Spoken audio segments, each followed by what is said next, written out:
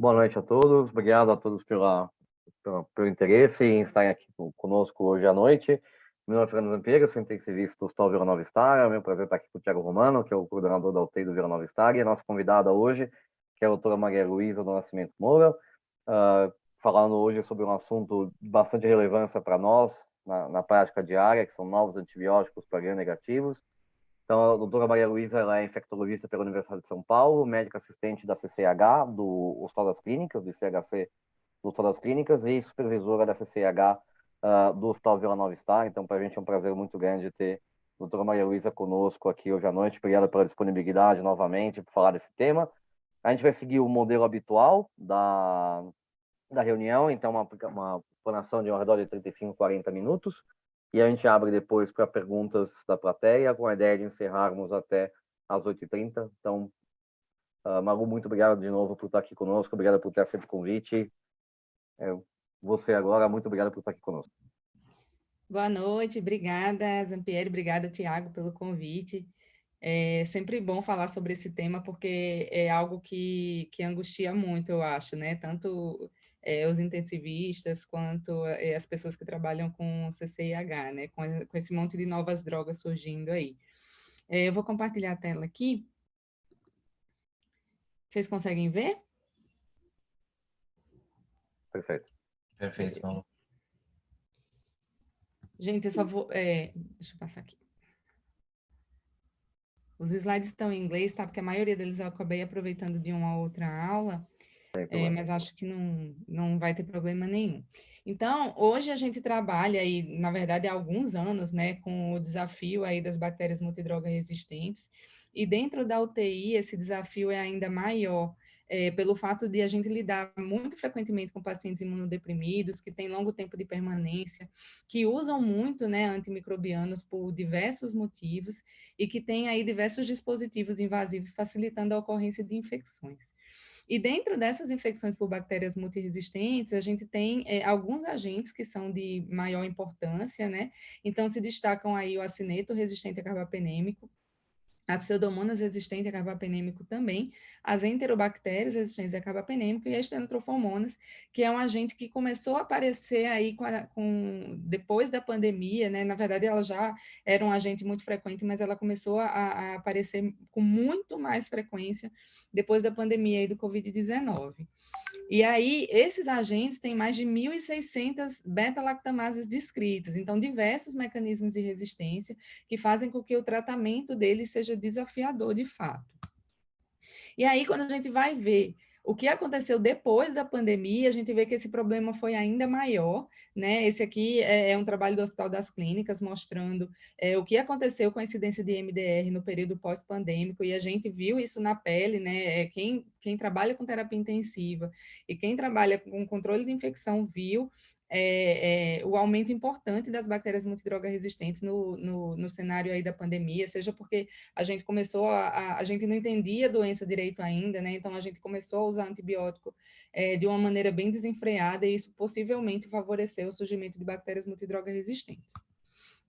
E aí, quando a gente fala do desenvolvimento de novas drogas, isso se intensificou aí a partir de 2013, mais ou menos, né? A gente vinha, antes disso, né, há uns 15 anos atrás, a gente vinha aí com um gap de novos antimicrobianos, e aí, por causa desse advento das bactérias multidroga resistentes, existiu um incentivo adicional aí, justamente para fazer pesquisa e investigação de novas drogas para tratamento dessas bactérias, principalmente dos gram-negativos resistentes a carbapenêmico. E aí, depois disso, a gente viu o surgimento de alguns novos antimicrobianos. Infelizmente, a gente não tem acesso a todos eles ainda, mas a partir disso, a gente começou a ver uma esperança aí no tratamento de algumas bactérias multidroga resistentes que a gente vinha tratando apenas com drogas já que eram utilizadas há mais de 40 anos, né? Então, quando a gente fala das novas drogas, elas são basicamente beta-lactâmicos com inibidores de beta-lactamases, e aí a gente pode fazer dois tipos de mecanismo, né, para poder aventar essas novas drogas. Então, um deles é mudar o beta-lactâmico. Então, existe, por exemplo, o ceftolozane, que é o componente do Zerbaxa aí, que é um beta-lactâmico novo, e o cefdorocol, que ainda não está aprovado pela Anvisa, mas é um antibiótico promissor aí no tratamento de não fermentadores, como acineto e pseudomonas, que também é um beta-lactâmico que é novo. Ou a gente pode tentar usar alguns beta-lactâmicos já conhecidos, com inibidores que são novos, né? Esse é o caso, por exemplo, da ceftazidima avibactam, né, onde a gente usa a ceftazidima, que é uma droga já muito bem conhecida, com o avibactam, que é um inibidor de beta-lactamase, e o caso do imipenem relebactam, que também é o uso do imipenem com relebactam, que é a droga nova, e a gente pode usar também o vaborbactam, que também é um inibidor de metalobeta-lactamase, e ele vem associado aí ao meropenem. Então, os mecanismos são basicamente esses, né? Ou a gente muda o beta-lactâmico ou a gente muda o inibidor. E aí, para todas essas drogas, a gente tem que ver o espectro, né? Então, a maioria dessas drogas novas tem um espectro específico aí para alguns mecanismos de resistência. Então, a gente tem, só lembrando, né, dos principais mecanismos de resistência em gram-negativa, a gente tem as enzimas AMP-C, as ISBL, as VIN e IMP, que são enzimas mais prevalentes em pseudomonas, a NDM, que é uma metalo-beta-lactamase, que começou a aparecer muito em Escherichia coli e em Klebsiella pneumoniae, e era uma coisa que a gente não via tanto, e começou a ver também depois da pandemia, muito provavelmente pelo uso exacerbado aí de torgênio, então aí é uma droga que não funciona para esse tipo de beta-lactamase, então possivelmente o surgimento dessas bactérias apareceu por causa disso. Enzimas do tipo OXA, que são muito frequentes em acineto, e enzimas do tipo KPC, que são as que a gente mais conhece, né? Assim, dentro do cenário de resistência em terapia intensiva, KPC é a enzima mais comum. E aí, ó, a gente tem diversas drogas aí que estão no cenário atual, aí já ou em fase 3 ou aprovadas pelo FDA, que são essas combinações que eu falei, né? Ou de um novo beta-lactâmico ou de um novo inibidor. E aí, só para a gente olhar aqui com mais detalhe, ó, todas essas drogas, elas têm atividade aí para ISBL, então a ISBL é uma, né, a bactéria hoje que a gente usa, principalmente carbapenêmico, mas todas essas drogas novas também conservam atividade para ISBL. Quase todas elas conservam atividade para AMP-C e para KPC, com exceção do ceftolozane e tazobactam, que é o Zerbaxa. Quando a gente fala das oxas e da metalo-beta-lactamase, aí a gente tem uma dificuldade maior, né? A gente tem poucas drogas aí que têm atividade para as metalo-beta-lactamases, que eu falei que vieram aumentando aí nesses últimos 2 anos. Pseudomonas eu tenho atividade para a maioria dos agentes, e acineto é um problema, assim, a gente hoje não tem drogas aprovadas no Brasil para tratamento de acineto multi-R, drogas novas, né, para o tratamento de acineto multi-R, e mesmo quando a gente olha aí o pipeline, a gente só tem o cefdorocol, que foi aprovado pelo FDA em 2019, não está aprovado pela Anvisa, e a gente tem o cefepime e debactam, que ainda está em fase 3. Então, a cineto é realmente um agente de grande preocupação aí, porque a gente tem muito pouca opção terapêutica para tratamento. E aí, só lembrando que hoje a gente tem aprovação da Anvisa apenas para essas duas, para o ceftolozane e tazobactam, que é o Zerbaxa, e para o ceftazidime avibactam, que é o Torgena. Outros antimicrobianos que também são novos e que não são beta-lactâmicos, que também ainda não estão aprovados pela Anvisa, mas já são aprovados pelo FDA, são a eravacyclina, que é um derivado de tetraciclina, e aí é uma droga que vem com a promessa aí de suplantar alguns mecanismos de resistência à tigeciclina, e a plasomicina, que é um aminoglicosídeo, que também vem com a promessa aí de ser uma droga, uma boa opção para multidroga resistente, tem uma melhor atividade para multidroga resistente, com um pouco menos de nefrotoxicidade em relação aos outros aminoglicosídeos. E aí, falando especificamente das drogas que a gente tem aqui, ou das drogas que podem ser de interesse para a gente começa falando aí do Zerbaxa, do ceftolozane e tazobactam. É uma droga que ficou um tempo fora do mercado brasileiro, inclusive, né, por um problema aí de surto em alguns em alguns lotes, e aí ficou com a fabricação suspensa, mas agora ela já retornou ao mercado, e aí ela tem uma dose aí de 1,5 grama de 8 em 8 horas, mas que hoje a gente usa muito mais 3 gramas de 8 em 8, que é a dose preconizada para pneumonia e para pacientes em sepse. O Zebax, ele tem atividade para ISBL, tem alguma atividade para AMP-C, mas a grande indicação dessa droga é para pseudomonas. Então, quando a gente vê os estudos de aprovação da droga, ela foi feita para aprovada inicialmente para infecção de trato urinário e para infecção intraabdominal. Posteriormente, ela foi aprovada para pneumonia também. E os comparadores aqui foram levofloxacina para infecção urinária e meropenem para infecção intraabdominal. E aí conseguiram atingir a margem de não inferioridade. Depois disso, quando se viu a atividade in vitro dessa droga para pseudomonas, inclusive a possibilidade de agir para pseudomonas multidroga resistente, né, que tem resistência a carbapenêmicos, essa droga começou a ser muito mais estudada para o nicho da pseudomonas. E aí a gente tem esse estudo aqui, é um estudo bem de vida real, assim, um estudo descritivo, retrospectivo, multicêntrico, de 205 pacientes que usaram ceftolozane e tazobactam, e eles viram como desfecho primário a mortalidade em 30 dias e a mortalidade hospitalar. 90% dessas cepas, né, desses pacientes, tinham sensibilidade a ceftolozane e tazobactam, e 47% deles utilizaram terapia em dose alta.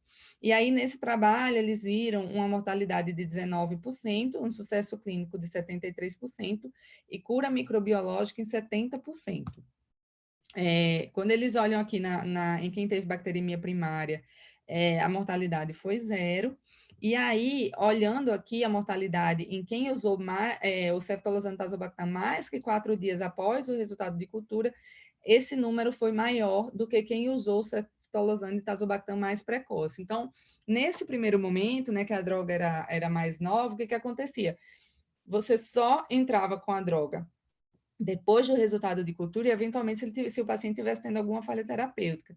Então, muito provavelmente foi por isso que eles acharam esse resultado aqui de que a droga, retardar a droga, aumentava a mortalidade, né? E da mesma forma, o sucesso clínico foi maior aqui quando você entrava com a droga em menor ou igual a 4 dias, e a cura microbiológica também foi associada ao início mais precoce da terapia, né? Então, assim, a gente tentar pensar e tentar ter um resultado rápido microbiológico para poder entrar com a droga o mais rápido possível.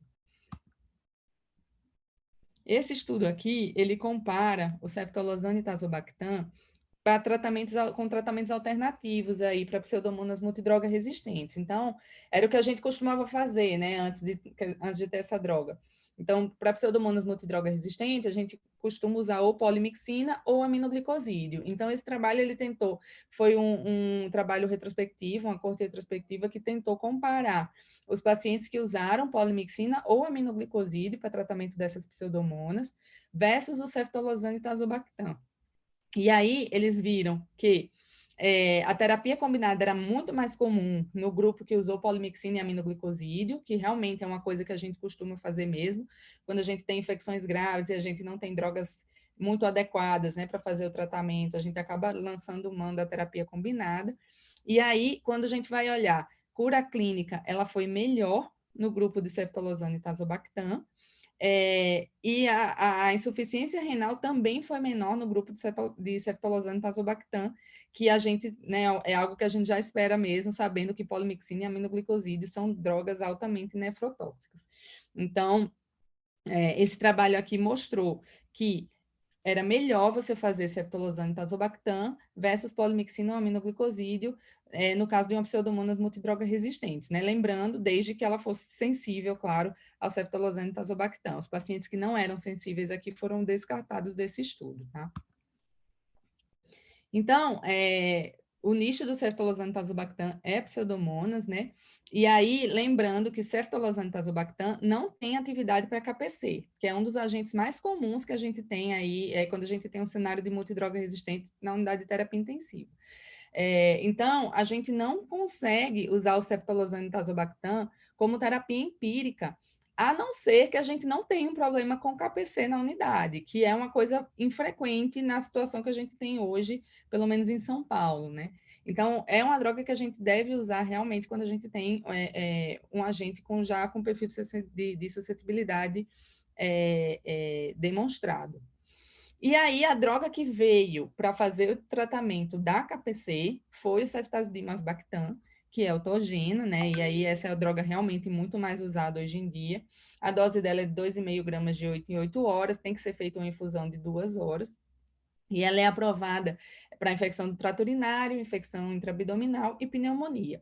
E aí, o ceftazidime-avibactam, ele tem atividade, né, para as enterobactérias produtoras de KPC, para as pseudomonas, que também são produtoras de KPC. Então, isso também era uma coisa que a gente não tinha muito no Brasil antes e começou a aparecer muito depois da pandemia. Elas não têm atividade contra anaeróbios, então isso é uma coisa que a gente perde. Quando a gente faz meropenem e a gente troca por Torgena, a gente tem que lembrar que a gente está perdendo atividade para anaeróbio. Então, dependendo do paciente, isso é uma coisa importante de se acrescentar, né? Se for um foco intraabdominal, por exemplo, a gente acrescentar cobertura para anaeróbio nesse caso. Ela não tem atividade para cineto multi-R e ela tem poucos eventos adversos, como a maioria dos beta-lactâmicos.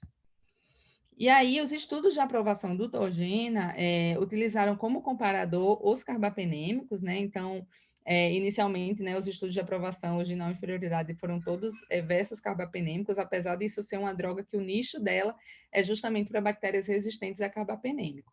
Então, foi aprovado para infecção urinária inicialmente, infecção intraabdominal, né? Mas hoje é amplamente utilizado para qualquer sítio de infecção.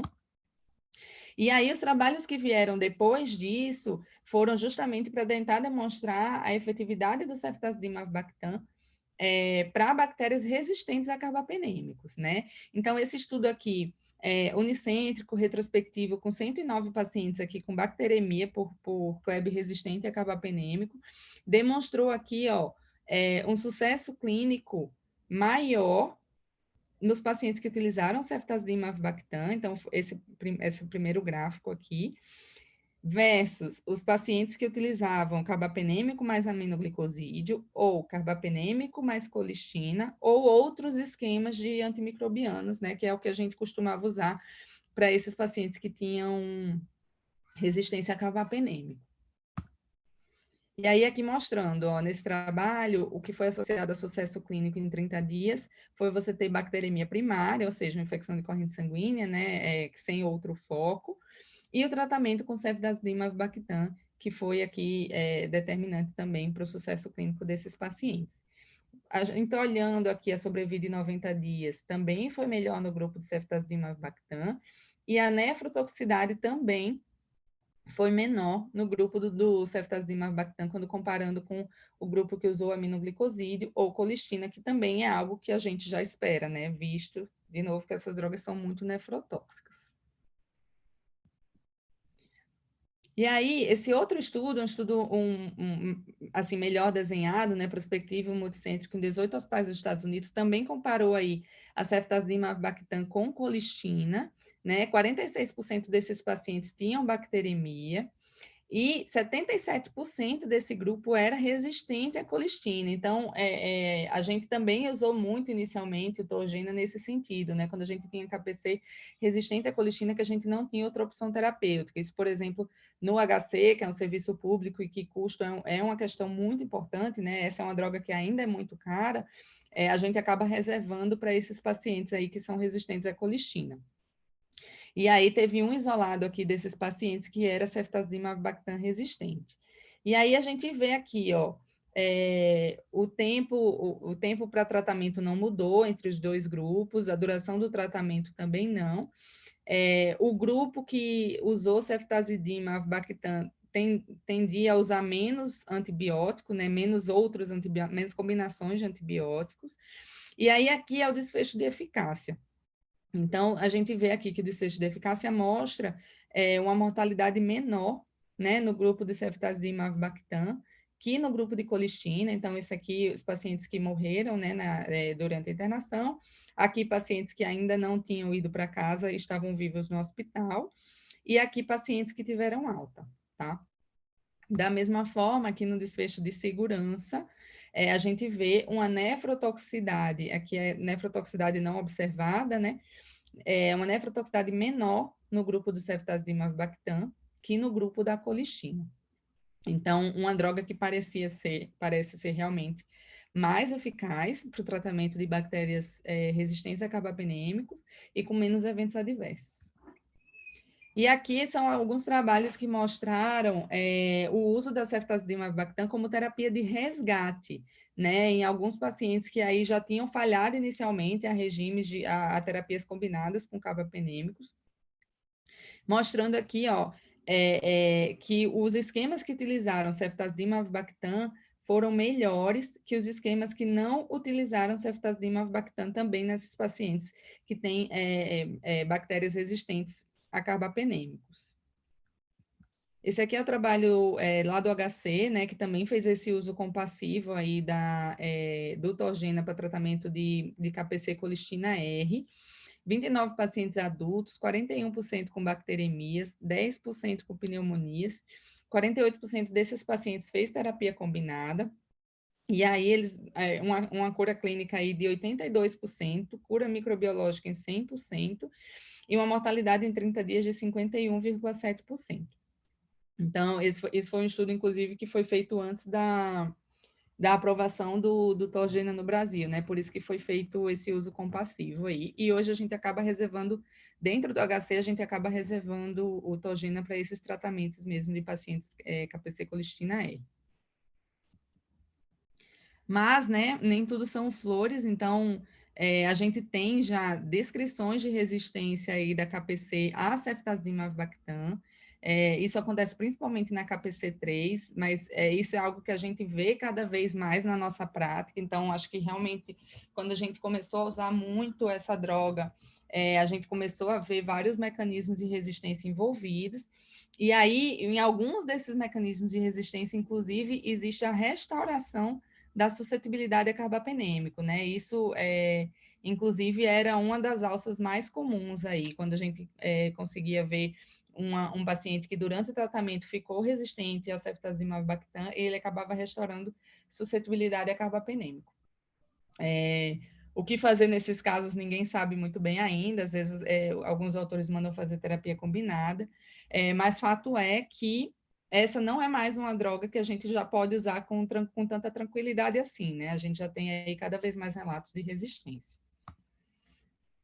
E aí, uma outra possibilidade, isso não é droga nova, mas eu acho que é uma nova opção terapêutica que a gente tem, que também acabou aparecendo por causa do surgimento das metalobeta-lactamases, é a combinação, é a terapia combinada do ceftazidimab-bactam com astreonam, né? Então, existem alguns trabalhos in vitro que mostram que o uso dessas duas drogas combinadas faz com que se restaure a atividade do ceftazidimab-bactam. Então, aqui é o halo quando eu tenho só a ceftazidima, e aqui é o halo quando eu tenho a ceftazidima junto com o astreonam, a ceftazidimab-bactam junto com o astreonam, no caso do tratamento de metalobeta-lactamases, principalmente. Então, esse trabalho aqui foi feito com 21 enterobactérias, né, e que tinham esses diversos mecanismos de resistência aqui, demonstrando que esse crescimento realmente era inibido quando a gente associava o astreonam.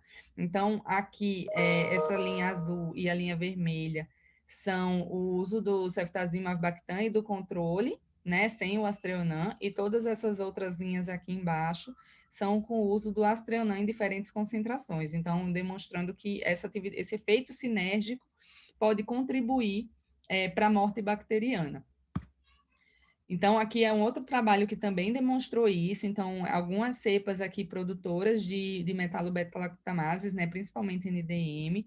E aí, aqui é o MIC dessas bactérias para o astreonam. E aqui, o MIC dessas bactérias para o ceftazidimab-bactam, que é alto, né? Então, todas resistentes a ceftazidimab-bactam, é uma característica das metalo mesmo. E quando a gente junta os dois, a gente tem uma queda dos MICs aí, mostrando de novo que essa pode ser uma combinação aí para esse tipo de bactéria, para as metalobeta-lactamases. E aí, de estudo clínico em relação a isso, a gente tem esse trabalho aqui do CID, que saiu em 2021, que é um estudo observacional prospectivo multicêntrico, que viu bacteremias pacientes com bacteremias causadas por essas bactérias produtoras de metalo-beta-lactamase. E aí eles viram, eles compararam, né, o Torgene e Aztreonam versus outros antibióticos ativos. E aí eles viram mortalidade em 30 dias, mostrando aqui, ó, que a combinação realmente foi associada a uma menor mortalidade em 30 dias, e isso se confirmou aqui quando eles fizeram o propensity score. Desculpa.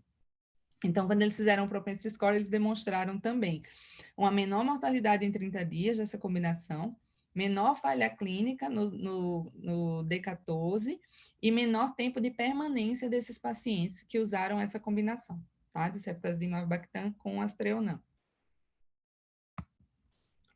E aí, da nossa experiência, né, a gente apresentou esse relato de casos, essa série de casos no Congresso Europeu desse ano.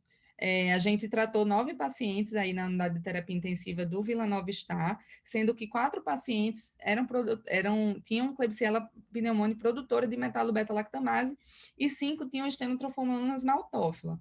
As xenotrofomonas foi um problema à parte, assim, no nosso hospital, inclusive pelo fato delas serem resistentes a quinolonas, muitas delas serem resistentes a quinolonas, e pelo fato de a gente ter ficado um tempo aí com estoque crítico do Bactrim endovenoso, que também é uma droga de escolha para tratamento desse agente. Então, essa acabou sendo uma combinação interessante aí para a gente usar, e aí a gente acabou usando para 5 pacientes.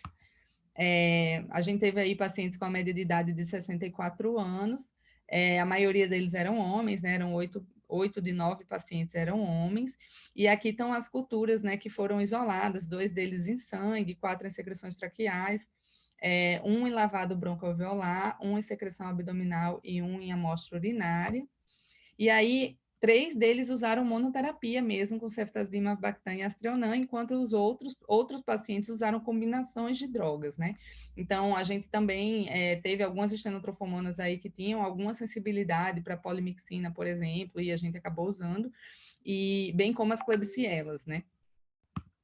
E aí, só para mostrar aqui, ó, esses pacientes, 78% teve cura microbiológica, e 89% teve cura clínica desses pacientes que a gente utilizou essa combinação, né? A gente está ampliando um pouco esses dados aí, principalmente com relação às estenotrofomonas, porque é algo que ainda não está muito descrito em literatura, o uso desse tratamento para estenotrofomonas maltófilo.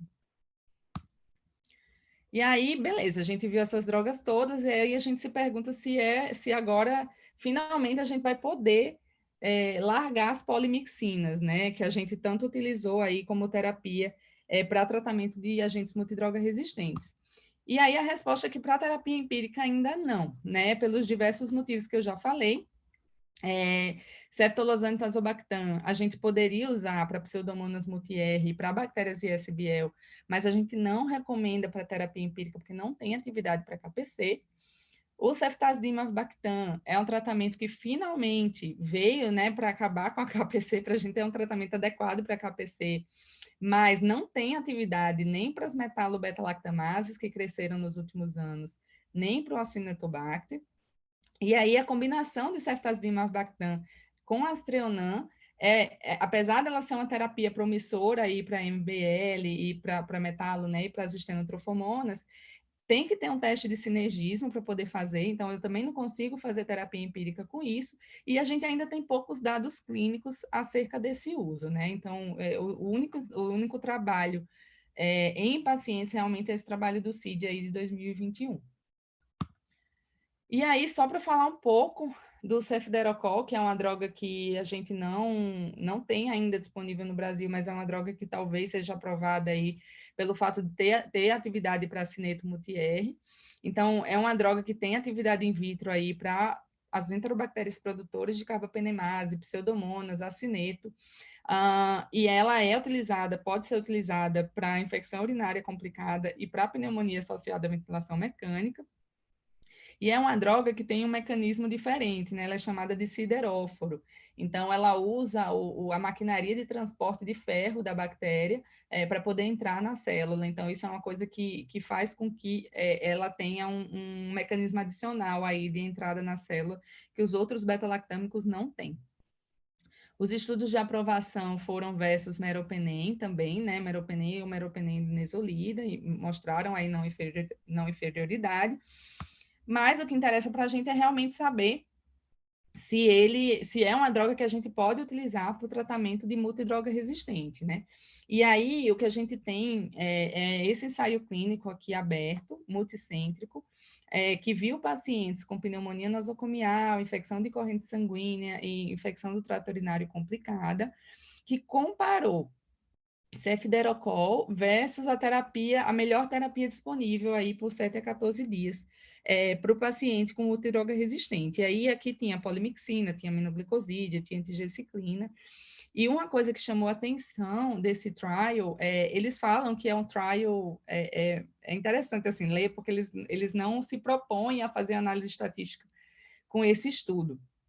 Eles fazem mais um descritivo mesmo, mas o descritivo deles é algo que chama atenção, porque a mortalidade do grupo do cefdierocol no D28 e no D49, ela foi maior do que dos outros tratamentos utilizados, né? Dos tratamentos com polimixina, aminoglicosídeo e tigecyclina.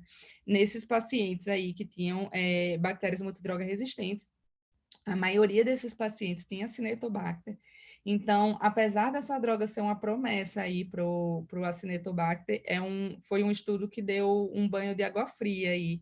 É, e aí, assim, tanto a agência europeia quanto o FDA revisaram esses dados e tudo, e colocam esse alerta, né, que a gente tem que ter cuidado para usar cefdierocol para pacientes multidroga resistentes. Então, mais estudos são necessários para a gente saber se realmente essa é uma droga que a gente pode ficar tranquilo para utilizar para Cinetobacter. Então, só para complementar aqui o que a gente faria, então, quando a gente tem um isolamento parcial de um gram-negativo, ou a gente tem que fazer terapia empírica para gram-negativo, se o paciente tem fator de risco para MDR, a gente precisa usar polimixina, não tem muito jeito, por todos os motivos que eu já falei, né? E guiar a terapia empírica de acordo com a epidemiologia local, isso é sempre muito importante. E aí, se a gente tem um teste, né, de detecção rápida de carbapenemase, a gente pode começar a guiar a terapia por esse teste de detecção rápida. Se a gente tem uma metalo-beta-lactamase, a gente tem que usar a polimixina. Se a gente tem KPC, aí sim a gente pode usar o Torgena. Se a gente não tem carbapenemase pela detecção do teste rápido, a gente pode utilizar o carbapenêmico. E aí, depois que a gente tem o teste de suscetibilidade, a gente pode ver se eu tenho uma enterobactéria resistente a carbapenêmico e ela é uma KPC, eu posso usar o Torgena, ou ceftazimab bactam. Se ela é uma MBL e eu precisaria fazer o teste de sinergismo do Torgena e Astreonam. Se ela é uma pseudomonas resistente a carbapenêmico com KPC, eu tenho que utilizar o Torgena. Se não é KPC, se é MBL, eu posso utilizar o Torgena e Astreonam, desde que tenha teste de sinergismo. E se for um outro mecanismo, possivelmente eu vou poder utilizar o ceftolozane e tazobactam, né? Que é uma droga que tem ação para pseudomonas mesmo quando ela é resistente a carbapenêmico por outros mecanismos. E para cineto, a gente ainda só tem a polimixina. Então, o nosso cenário atual é esse, a gente continua com a polimixina para terapia empírica e aí direcionando de acordo com os testes de sensibilidade. E aí, gente, ainda é isso, né? Prevenção é muito melhor que tratamento. As resistências todas à Torgena estão aí para falar isso, né? Que acho que o caminho vai ser sempre a gente tentar prevenir mesmo essas infecções e quanto menos a gente tiver que fazer esse tipo de tratamento, menos resistência vai ter e menos problema a gente vai ter para o futuro. Era isso. Obrigada. Super, muito, muito obrigado, Mauro. Obrigado. A gente vê que a aula é boa quando a maior parte das perguntas elas são respondidas ao longo da aula, né? Então, acho que esse último fluxograma que você colocou foi essencial aí para a gente tentar entender. E a primeira pergunta que eu ia te fazer quando você acabou a aula é o que restou da poli, né? Então, e acho que você respondeu claramente aí que, infeliz ou infelizmente, a gente segue refém da polimixina para a terapia empírica, né? Quer dizer, até a gente conseguir fazer os testes, isolar alguma coisa, a gente segue refém da POG, né? Eu fiquei um pouco curioso em relação a estenotrofomona, só que você comentou em alguns momentos e tal. Estenotrofomona você não vê no horizonte nada assim novo, né, Malu? Você vê alguma coisa aparecendo? Que a gente tem tido muito no Vila, né? A gente tem tido muito. O que a gente tem para estrenotrofomonas é a mesma opção terapêutica que a gente tem para o acineto. Então, a gente tem cefidérocol também, ele também pode ser usado para estrenotrofomonas, quer dizer, não tem, né? A gente teria, assim, tem esse vislumbre de ter. E, e tem uma droga que é o avibactam com astreonam mesmo, aí sem a ceftazidima, que também é assim, o objetivo é fazer o tratamento tanto também de acineto quanto de estenotrofomonas, mas é uma droga que está em fase 3 ainda, então ainda não está aprovada. A gente tem algumas drogas aí que estão correndo em fase 3, mas assim, sinceramente, no horizonte brasileiro, não vejo, porque assim, para a gente ter, quando a gente tem uma aprovação no FDA, a gente demora muitos anos, né? Para ter alguma coisa aprovada na Anvisa, assim. Então, não tão em breve, acho. Legal. E do ponto de vista epidemiológico, antes do Thiago falar, Malu, assim, uma coisa que você comentou que é interessante, assim, a gente está ficando mais velho, né? Eu lembro quando eu era residente no HC que a gente isolava SBL ainda por contato, né? Isso em 2006. O Thiago deve lembrar dessa época também, né? SBL isolava ainda, né? Staphylococcus aureus. Agora a SBL isoladamente, né? Foi uma coisa tão comum, né? E uma coisa que chama atenção mesmo não diga essa mudança, né, do perfil do acineto, não sei se você viu isso no HC e nos outros serviços, essa queda aí do acineto e esse reaparecimento aí, tanto de Klebsiella quanto de Pseudomonas, né? Eu lembro que eu saí do HC em 2016, 2015, a gente tinha muito acineto ainda, depois a gente viu o acineto caindo fora, ou desaparecendo, ou diminuindo muito, e aparecendo. Você acha que foi pressão seletiva, isso mudou a sua maneira de tratar esses doentes? Como é que você vê essa... Eu Ou não acho que mudou? foi, eu acho que isso foi uma série de fatores, né? Quando a gente teve, na verdade, assim, lá em 2010, quando eu era R1, a gente tinha um problema enorme com o acineto no HC. E aí depois a Kleb praticamente substituiu, assim, ele, assim, foi uma Comeu. coisa, comeu, assim, ficou KPC, KPC, KPC, e isso aparentemente ocorreu em São Paulo inteira, não foi só no HC, né? A gente não via mais acineto, e o acineto começou a aparecer depois da Covid. E aí eu acho que tem vários fatores. O primeiro é que a cineto é um agente de ambiente. E a gente tem muito impacto quando a gente tem falha de limpeza de ambiente hospitalar. Então, é uma bactéria que aparece muito. E isso pode muito ter acontecido por toda a sobrecarga de trabalho que existiu na pandemia, como a gente sabe, né? E a outra coisa foi realmente o uso indiscriminado de antimicrobianos que aconteceu nessa época, assim, eu acho que assim, vários congressos depois de infectologia comentaram o que resta do stewardship pós-Covid, o que resta do uso racional pós-Covid. Então, assim, como é uma bactéria que é menos sensível, realmente, assim, eu não tenho droga boa para tratar, né? Então, ela acabou, eu acho que sendo favorecida pela pressão seletiva. Então, eu acho que foram esses dois fatores aí que contribuíram para o ressurgimento do acineto. Thiago, você ia falar? Não, acho que era uma pergunta que eu ia fazer para a Malu, era justamente isso, assim, porque nos primeiros slides que ela mostrou um boom, assim, que a pandemia foi um marco de elevação dos agentes multidroga resistentes, né?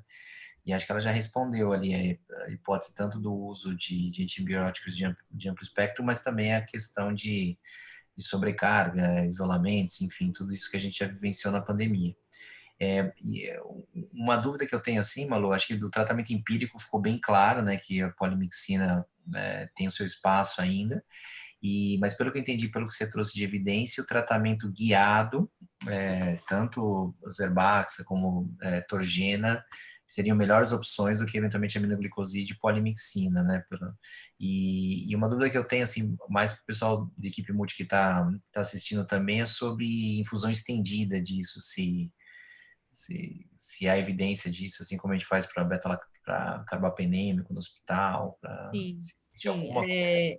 Que, na verdade, todos os estudos de aprovação e todos os estudos que viram o uso de ceftazimab-bactam viram com infusão em 2 horas, tá? Então, é uma droga que tem que ser feita em 2 horas a infusão, mas não existe um estudo assim, que compare, pelo menos não que eu conheça, né? Que compare a infusão estendida versus não estendida. justamente porque o racional deles já foi utilizar numa infusão mais estendida mesmo, entendeu? Como todos os beta-lactâmicos têm esse racional, né, da gente, principalmente em paciente crítico, fazer uma infusão estendida para ter uma melhor eficácia da droga. Então, é uma recomendação de bula para a ceftazina avibactam realmente fazer a infusão estendida e que eu saiba, não tem um estudo comparando a estendida versus não estendida ainda para essa droga. Tá bom. Malu, você mostrou ali muito, a maioria dos estudos é bacteremia e quadro respiratório, né? Alguma particularidade para foco urinário ou segue a mesma linha de raciocínio, assim, de biodisponibilidade da Não, droga? não tem. Para foco urinário, na verdade, foco urinário a gente tem menos preocupação sempre, né? Porque costuma ser uma infecção menos grave. Então, os estudos de aprovação costumam ser em trato urinário. Então, assim, é uma droga que foi amplamente utilizada para infecção do trato urinário, justamente por serem infecções mais leves, né? Em tese, os estudos de aprovação geralmente começam com infecção do trato urinário ou infecção intraabdominal. Então, assim, não tem nenhuma particularidade do Togênia para trato urinário. Do Zerbaxa, na verdade, a dose poderia ser menor, né? Porque as doses do Zerbaxa hoje que a gente usa, que são os 3 gramas de 8 em 8, é uma dose que é aprovada para pneumonia. Teoricamente, para os outros sítios, a gente poderia utilizar uma dose menor. Legal. E em relação ao tempo de tratamento, Malu, muda alguma coisa com essas drogas ou a gente segue ali mantendo o habitual, né? Quer dizer, que eu não vejo, uma coisa que eu não vejo a gente conseguir emplacar ainda é o Sporship guiado ou a retirada de antibiótico guiada por biomarcador, né? Acho que não é uma coisa específica do Vila, né? Mas eu vejo uma dificuldade grande, né? A gente fala muito sobre retirar antibiótico guiado por Procal ou por outros marcadores e tal, a gente vê uma dificuldade grande disso ser implementado. Mas como é que você vê o tempo de tratamento? Quer dizer, muda alguma coisa com essas drogas ou a gente segue ali no empirismo habitual, mais tempo, menos tempo? Quer dizer, só porque é MDR eu tenho que dar mais tempo de droga ou não? Não, a gente não precisa dar mais tempo de droga porque MDR. A gente não tem uma coisa assim. Isso que você falou, a gente ainda está patinando nessa questão de retirar o antibiótico guiado por biomarcador ou por qualquer outra coisa, né? Às vezes o paciente já está bem, afebril, PCR em queda, sem disfunção, mas a gente quer completar os benditos 14 dias, né? Os benditos 10 dias, 21 dias. E aí, até para a gente, infectologista, é muito, assim, a gente nota que parece que vai dar uma coisa se você não der o dia lá programado, né? Isso é uma coisa que a gente tem que evoluir, eu acho que para tudo. Na minha opinião, assim, quando eu tenho uma droga mais eficaz, eu tendo a encurtar tratamento, né? Mas, assim, na prática, não é isso que acontece. E não tem uma recomendação também, assim, nesse caso, eu posso usar menos tempo do Togena ao invés de usar polimixina. Mas, assim, na prática, eu vendo um paciente, o paciente vai, provavelmente, né, por toda a evidência que existe, ele vai responder muito melhor ao Togena do que a uma polimixina. Então, em 10, eu poderia encurtar o tempo de tratamento dele, né? Desde que eu faça uma abordagem individualizada, né? Eu não fique naquela coisa, não, ó, esse eu preciso tratar 14 dias, né? Então, eu acho que esse é um desafio mesmo para a gente. Acho que para todo mundo, né? Tanto até para os infectologistas mesmo, de tentar individualizar tratamento e não ficar com essa coisa de 7, 14, 21, porque a gente precisa ficar olhar para o paciente mesmo, né? Cada paciente é de um jeito. A Jaqueline traz essa pergunta provocativa, né, do que no chat, né, sobre o que a gente tem de MDR no Vila, né, e eventualmente a gente tem alguns MDRs que são particularmente incomuns, assim, dentro do Vila, né. E aí a pergunta que ela faz é se você acha que existe, talvez, um uso excessivo de antibiótico nos cenários, e como é que você vê essa questão da multiresistência como consequência, porque, óbvio, né, o Vila tem uma instalação super boa, uma empresa super boa e tal, então, assim, a impressão que fica, né, para a gente que está na beira do leito, é que todo multiresistente que aparece aí, ele foi meio que criado dentro do hospital, né, quer dizer, não é... No HC a gente culpava o ar-condicionado, a gente culpava o chão e tal, quer dizer, no Vila não dá para falar que é isso, né, então, como é que você vê essa relação e como é que a gente pode conscientizar, de alguma forma, as pessoas disso, né? Acho que foi essa a provocação da Jaque, me corrija já que eu estiver errado.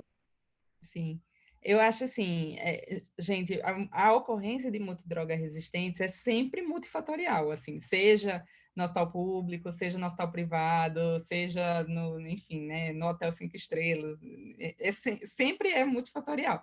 Mas é óbvio, a gente tende, nos hospitais privados, de maneira geral, né, e o Vila Nova não é diferente, a gente tende a ter um uso como é que eu falo isso? Menos comedido, né? De antibiótico, digamos assim. E a gente sabe disso, né? Por toda a logística que envolve, né? O médico é cliente, o paciente é cliente do médico, não é cliente do hospital. Então, assim, isso é uma coisa que todos os hospitais privados enfrentam. Eu acho, sim, que assim, o uso de antibióticos, principalmente na pandemia, é consequência tem tido como consequência o surgimento de multidrogas resistentes. A gente teve esse problema na pandemia. Como a gente está agora, é uma coisa que eu estou devendo ainda para divulgar para vocês, mas assim, a gente vem caindo a taxa de multi-R ao longo desse ano. E acho que isso é consequência também do menor uso de antibióticos, porque a gente tem pacientes menos complexos do que a gente tinha o ano passado, né? O Tiago falou de um dia, Tiago, me fala, eu não lembro exatamente, mas um dia que no hospital tinha tantas ECMOs, tantas prismas, eu não lembro exatamente, mas era assim. O nosso auge foram 6 ECMOs e 19 prismas ligadas ao mesmo tempo. Exatamente, 6 ECMOs e 19 Num prismas. hospital de 90 leitos, né? Se a gente for Um falar, né, hospital de Thiago? 90 leitos, então, assim, Uhum. não Imaginar. é... Né, a gente fala muito dos indiscriminados de antibióticos, sim, a gente provavelmente sim, mas uma outra coisa é quando a gente está beira-leito com um paciente grave dessa forma, e às vezes a gente se exacerba mesmo nesse sentido, né? Então, eu acho que sim, a gente teve essa consequência do uso de antibiótico. Eu acho o consumo do Vila Nova, assim como de outros hospitais privados de São Paulo, é alto e é bem mais alto, né, que hospitais em que tem esse uso mais controlado, como o caso do Hospital das Clínicas, por exemplo, né, que a gente tem plantão até de madrugada para poder liberar polimixina. Então, claro que isso tem consequências, né, mas isso é sempre multifatorial, isso também depende de adesão a medidas de precaução, isso também depende de limpeza de ambiente, e são coisas que a gente não consegue mensurar tão bem, né? E se eu tiver um doente no Vila que de repente choca e que a etiologia é sepsis, o que você daria para esse doente hoje? Então, um doente, qualquer um que seja, todos eles têm alguma internação um pouco mais prolongada, mas realmente está uma semana internado que eu recebo na UTI, ele chocou e a hipótese que seja infecção, sem mais detalhes, assim, né? Que é o sepsis de foco indeterminado, né? É, Que seria o esquema para esse doente hoje no Vila?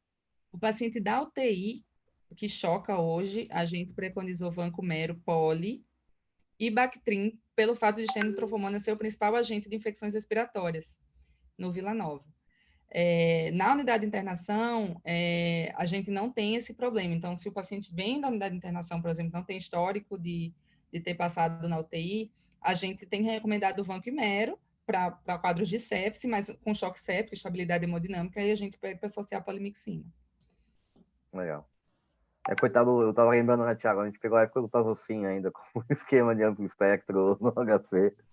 Pô, eu Sim, lembro sim. quando era o Pô, eu cheguei a prescrever Rocefin para neutropenia febril, ainda como primeira droga ainda, isso 2006, 2007, né? Depois Cefepime, Tazo, e aí você vê como a coisa foi escalonando, né? Mas Eu acho que a gente tá...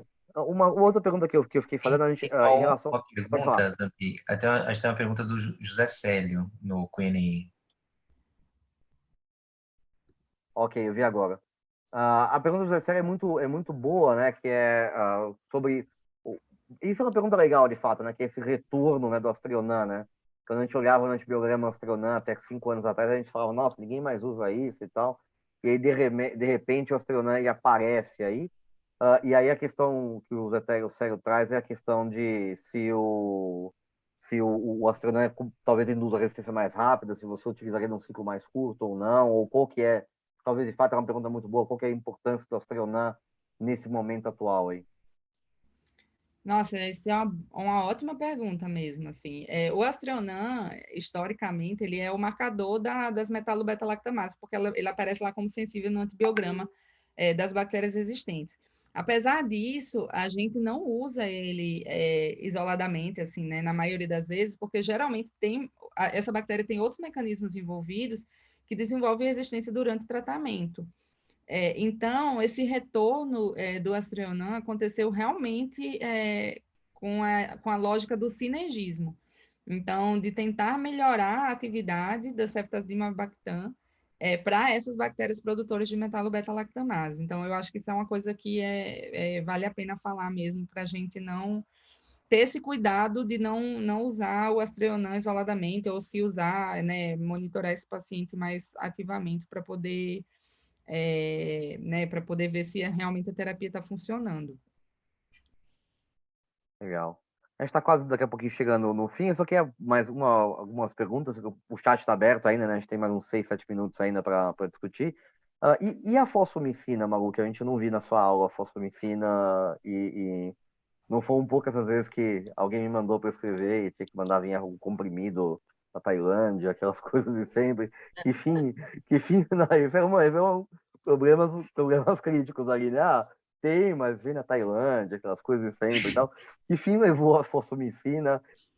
O que a gente tem na droga? Não tem a droga? Ainda dá para usar? Ficou só para infecção urinária? Que A você gente pode... tem a droga, mas a droga é via oral e ela tem uma alta concentração na via urinária mesmo, parênquima renal. Ela é utilizada classicamente para cistite. Então, a gente tem trabalhos em fosfomicina, mas é para tratamento de MDR com bons resultados, inclusive o doutorado do Lauro Perdigão, lá do HC, mas é com fosfomicina endovenosa. Então, a gente não tem um nível sérico adequado da fosfomicina via oral, que é o que a gente tem hoje de apresentação no Brasil, para o tratamento de infecções graves por bactéria multidroga resistentes. A gente faz? Faz, quando a gente não tem outra coisa para fazer.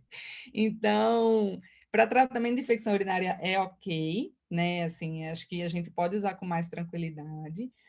A gente tinha aí, há pouco tempo atrás, eu acho que esse dado já não é mais real, mas a gente tinha aí tipo, 98% das Klebs resistentes a carbapenêmico com sensibilidade à fosfomicina, isoladas em trato urinário, né? Então, é uma droga que é uma boa opção terapêutica aí para pacientes com quadro mais leve por multi-R. Mas, infelizmente, a gente não consegue utilizar para infecções graves aí por falta dessa apresentação endovenosa no Brasil. Fica a missão do Thiago aí trazer para o Brasil, então, as ampolinhas, né, Thiago? As ampolas, mas... Não, super. Thiago, algum outro comentário, alguma outra coisa que você... Não, acho que era isso, era agradecer mesmo a Malu. Eu acho que a pandemia trouxe a realidade dessas drogas, né? E acho que principalmente o fluxograma que ela colocou deu uma clareada na gente em relação às indicações, quando usar, essa questão do tratamento empírico, acho que foi bem, bem importante. E acho que é só agradecer mesmo a Malu e a presença de todos aí, e esperar a próxima, que vai ser em agosto, né, Zampi? Isso, a gente não definiu o tema ainda em agosto, sugestões até são bem-vindas, se alguém da equipe tiver alguma coisa, da equipe multi, quiser trazer alguma coisa, mencionar, senão a gente deve trazer alguma coisa, normalmente sempre às terças-feiras, normalmente na segunda terça de agosto.